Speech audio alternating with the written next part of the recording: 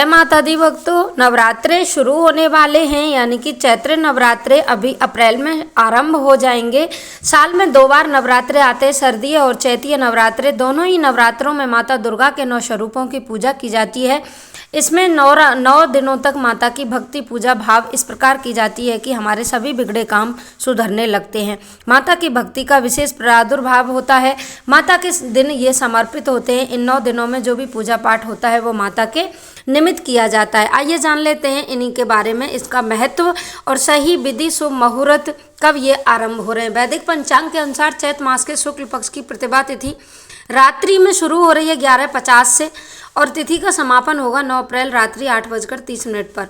बताया जाता है कि उदया तिथि हमारे शास्त्रों में मान्य होती है, इसलिए 9 अप्रैल को ही आरंभ किए जाएंगे, यानी 9 अप्रैल को घट स्थापना की जाएगी। हर साल चैत्र शुक्ल प्रतिपदा से चैती नवरात्रे शुरू होते हैं। नवरात्रे के पावन दिनों में माँ दुर्गा के 9 स्वरूपों का विधान है।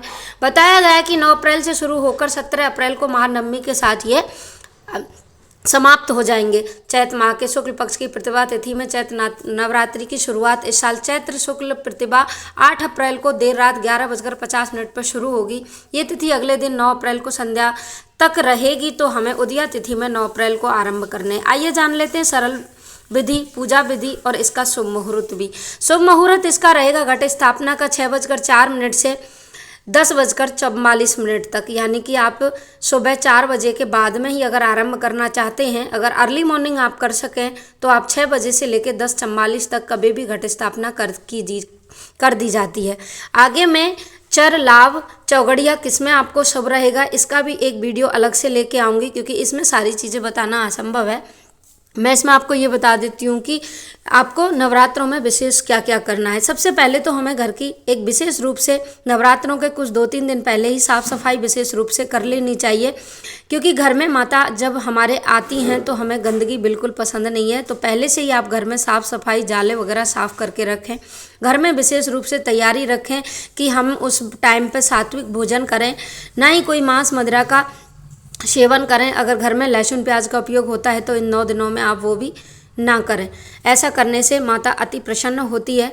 कई लोग 9 दिनों के पूरे नवरात्रि विधि पूर्वक करते हैं, कई लोग अष्टमी और सिर्फ पड़वा का ही करते हैं, कई लोग पूरे 9 दिन व्रत नहीं ना करके पूजा पाठ करते हैं। सबके अपने अपने अलग नियम होते हैं, लेकिन सबसे ज़्यादा जो अच्छे नवरात्रे होते हैं वो होते हैं कि 9 दिन तक आप बिना भोजन किए अगर नवरात्रे कर सकें, अखंड दीप अगर आप घर में जला सकें तो बहुत ही शुभ माना जाता है।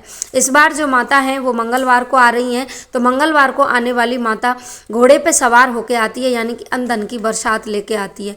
ये साल भी 8 यानी कि शनि का साल है, तो शनि के साल में माता घोड़े पे सवार यानी कि सभी बुराइयों पे अच्छाई की जीत कराने आ रही हैं।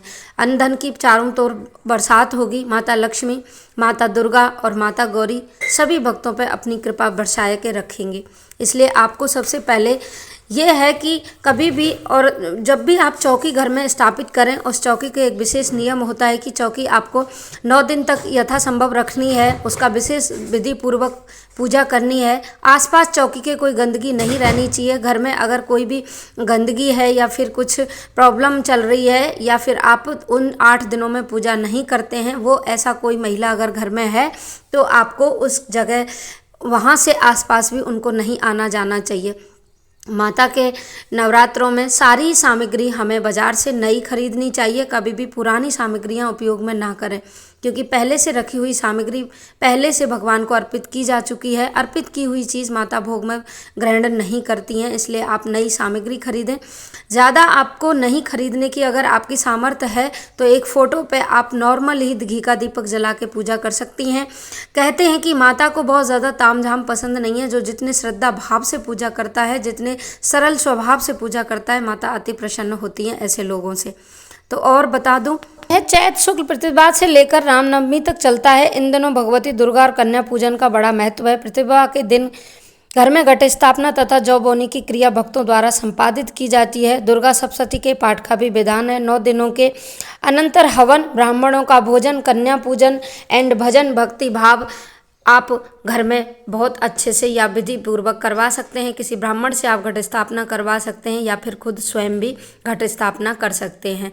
घट स्थापना की सरल विधि मेरे पहले ही चैनल पे आ चुकी है, आपको वीडियो की लिंक डिस्क्रिप्शन में मिल जाएगी कि ऐसे कैसे आपको घट स्थापना करनी है। घट स्थापना के समय कौन कौन सी सामग्री की आपको आवश्यकता पड़ेगी, इसका भी मैंने वीडियो लिंक आपको डिस्क्रिप्शन में डाल दूंगी। संपूर्ण पूजा पाठ से रिलेटेड वीडियोस के नोटिफिकेशन मेरे चैनल पर आते रहते हैं, तो चैनल को लाइक करें, शेयर करें, कमेंट करें एंड बेल आइकन जरूर प्रेस करें, जिससे आने वाली वीडियो आपको सबसे पहले मिले। देखिए 9 दिनों में अखंड ज्योत का विशेष महत्व होता है। जो लोग अखंड ज्योत जलाना चाहते हैं वो, कई लोग तेल का जलाते हैं, कई लोग घी का जलाते हैं, लेकिन सर्वोत्तम जो होती है वो घी की होती है। जिनके घर में ईंधन के भंडार नहीं है, यानी कि घर में किसी न किसी चीज़ की समस्या बनी रहती है या घर में बहुत कलह की स्थिति रहती है, घर में धन की कमी है, बीमारियां बहुत ज़्यादा हैं, उन्हें अखंड ज्योत उस दिन अवश्य जलानी चाहिए। यानी कि अगर 9 दिन आप ध्यान रख सकें तो अखंड ज्योत का पूरा यानी कि नियम पूरी वीडियो मेरे चैनल पे है, आप वहाँ जाके देख सकते हैं। अखंड ज्योत अवश्य जलानी चाहिए। माता को रोज़ लौंग बतासे का भोग लगाएं, पान का वीड़ा चढ़ाएं, पुष्प फूल माला चढ़ाएं, अगर हो सके तो आप कमल का फूल अर्पित करें। माता लक्ष्मी धन के भंडार खोल देंगी। माता सर्व 9 देवियों में सभी देवियों का वास होता है। 9 देवियों के बिना संसार चलना दुष्वर है, तो 9 देवियों की विशेष पूजा अर्चना हमारे देश में की जाती है। जिन लोगों को नहीं पता है पूजा कैसे की जाती है, उनके लिए भी वीडियो मेरे चैनल पर पहले से ही है। माता के 9 दिनों में भक्ति भाव से पूजा करें। पूरे घर को बहुत अच्छे से शुद्ध करके ही आप पूजा आरंभ करें। माता के 9 दिनों में कभी भी किसी स्त्री का अपमान ना करें, किसी बुजुर्ग महिला का अपमान ना करें, कन्या का अपमान ना करें, गौ का अपमान ना करें, ब्राह्मण का अपमान ना करें। ये कुछ नियम पूर्वक ही आप ये व्रत धारण करें। धारण करने से पहले आपको संकल्प लेना है। संकल्प जो आप संकल्प में बोलें उसका आपको पालन अवश्य करना चाहिए। कुल देवता, कुल गुरु, कुल देवियों की पहले आप पूजा करके उसके बाद ही आप इष्ट देव की पूजा करने के बाद माता की पूजा करें। संपूर्ण विधि जल्द ही आ जाएगी मेरे चैनल पे।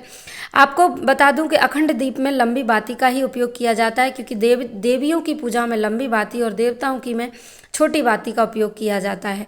भगवान शिव पार्वती इन दोनों का ही ये पर्व है, तो आप विशेष ध्यान रखें कि कैसे पूजा करें और संकल्प का विशेष ध्यान रखें कि संकल्प जिस प्रकार लिया जा रहा है। दुर्गा सप्तशती का अगर पूरा पाठ करने का आपने संकल्प लिया है तो पूरा करें, नहीं तो आप चालीसा और आरती करके भी ये व्रत कंप्लीट कर सकते हैं। दुर्गा चालीसा पढ़ के भी ये व्रत कंप्लीट किया जा सकते हैं, लेकिन दुर्गा सप्तशती पढ़ने से जीवन में कभी शत्रु परेशान नहीं करते, भय नहीं रहता, कर्ज नहीं रहता, घर में सुख समृद्धि बनी रहती है। आई होप वीडियो में जानकारी आपको अच्छी लगी हो तो लाइक करें, शेयर करें।